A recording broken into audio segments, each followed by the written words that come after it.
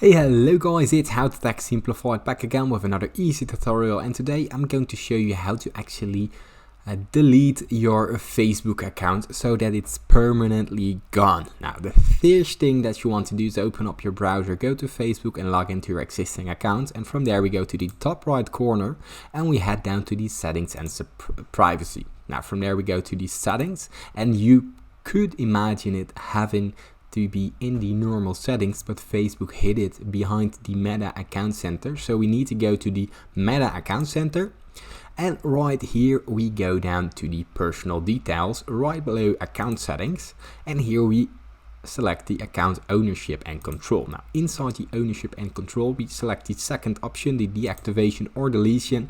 Now you select the profile that you wish to delete. Now let's say my personal account, and here you can select the delete account option, and this is permanent and will delete your main profile from Facebook. If you press continue, there is no way back and your account has been permanently deleted.